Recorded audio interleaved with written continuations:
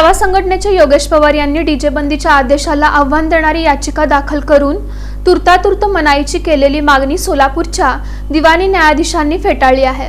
छावा संघटनेचे योगेश पवार यांनी जिल्हाधिकारी आणि पोलीस आयुक्तांनी डीजे बंदीच्या काढलेल्या आदेशाला आव्हान देणारी याचिका दाखल करून तुर्तातुर्त मनाईची केलेली मागणी दिवाणी न्यायाधीश सोलापूर यांनी फेटाळली।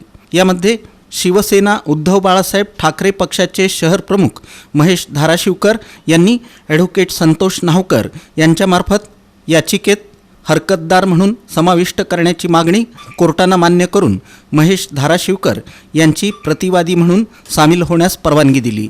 त्यानंतर डीजे बंदीच्या आदेशाला तुर्तातुर्त मनाई करावी या योगेश पवार यांच्या मागणीवर युक्तिवाद होऊन प्रस्तुत विषयात जनतेमध्ये होणारं ध्वनी प्रदूषण आणि त्यामुळे नागरिकांच्या प्रकृतीवर होणारा परिणाम हा गंभीर मुद्दा समाविष्ट असल्यानं तुर्तातुर्त ताकीदीची मागणी मान्य करता येणार नाही असं निरीक्षण नोंदवून न्यायालयानं स्थगितीचा अर्ज फेटाळून लावला।